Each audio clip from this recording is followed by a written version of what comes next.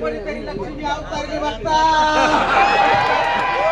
भाषण करते बघता, शेतकऱ्याला तिला आवडत भाषण बघता, ते शेतकऱ्याचं भाषण आहे बघता. तिचा आवाज अख्ख्या निलेश लंके साहेबांच्या इलेक्शन मध्ये सगळ्या महाराष्ट्रामध्ये गुंगला बघता. काय आमदार होणार आहे बघता.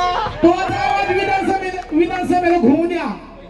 आई राधा राजा उदय बोला, आई राधा राजा उदय बोला.